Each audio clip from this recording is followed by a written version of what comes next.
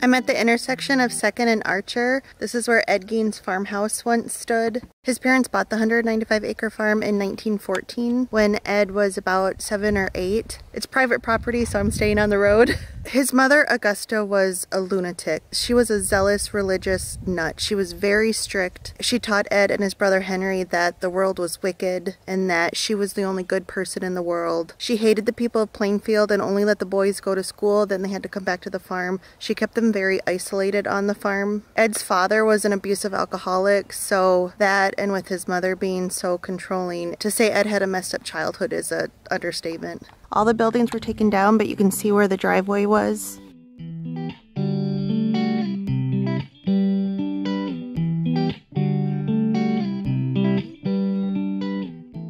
After Ed was arrested, the house was scheduled to be put up for auction, but I think it was about 10 days before the auction was scheduled to start, the house mysteriously burned down in a fire. Some people think that maybe the neighbors started it because they didn't want this to become a tourist attraction, but look at me kind of making it a tourist attraction even without a house there.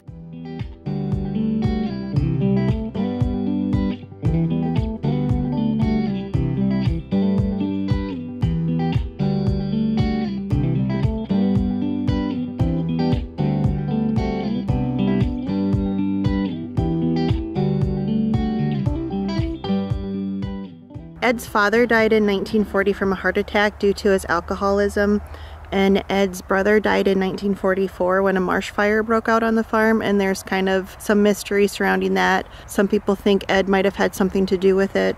This left just Ed and his mother alone on the farm, and their relationship was so toxic. Ed worshipped his mother and thought she was a saint. Augusta died in 1945 from a stroke. Ed lost the most important person in his life and was all alone on the farm. This caused his descent into madness.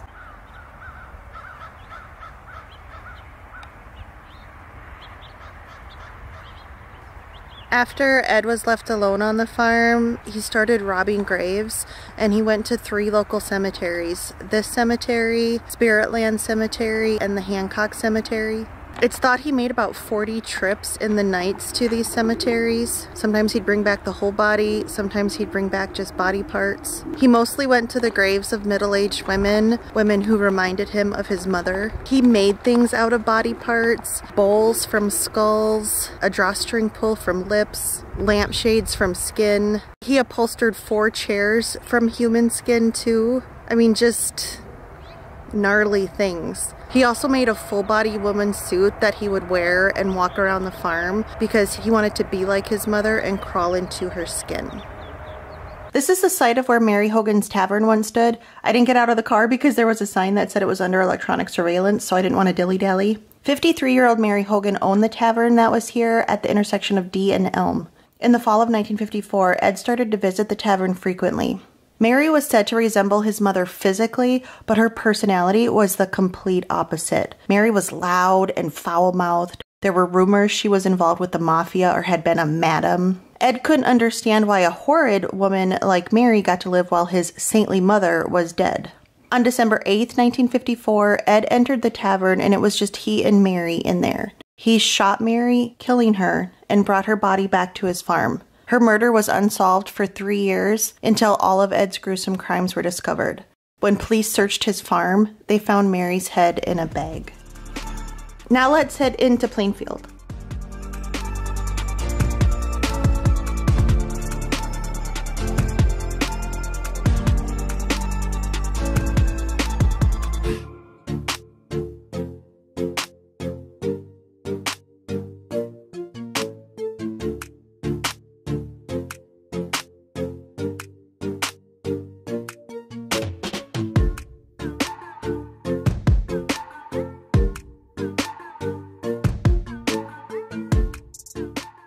This building was once Warden's hardware store.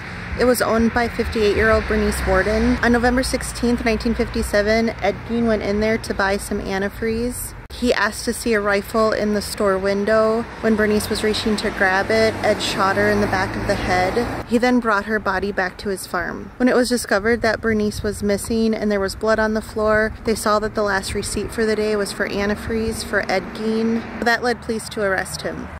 They then searched his farmhouse and they found all the things that he had made from body parts. They found Bernice in the summer kitchen, hanging upside down from the rafters. Her head was cut off and she was gutted like a deer.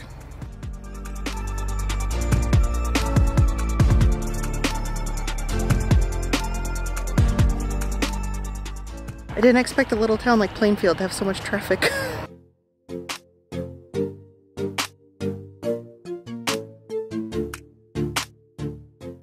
Ed took Bernice's body out this back door into the hardware store's work truck and took off in that.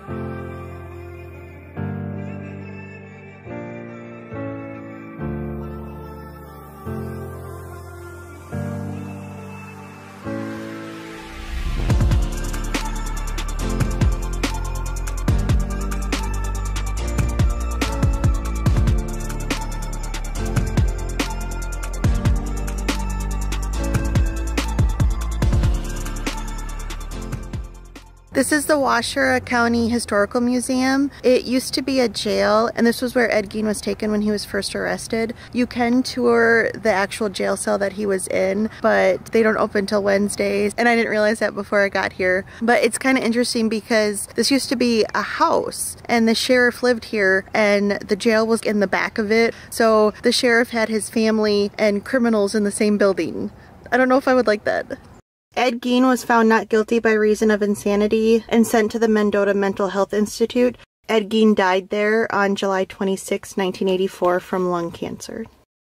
I didn't realize Bernice was buried here too. It's so ironic that they ended up in the same cemetery. This is the grave of Ed Gein. He doesn't have a gravestone because it kept getting vandalized and somebody stole it in 2000. Once they recovered it, they decided not to put it back out. It's currently in storage in the Washoe County Sheriff's Department. But they're still vandalizing it because there's some coins on there. When I got here, there was a fake hand sticking up out of it, so people are still doing stuff to it. After he died in 1984, he was buried in between his brother and his mother, and his father's over there. It's so fitting that they would be side by side for all of eternity, considering how toxically close they were in life.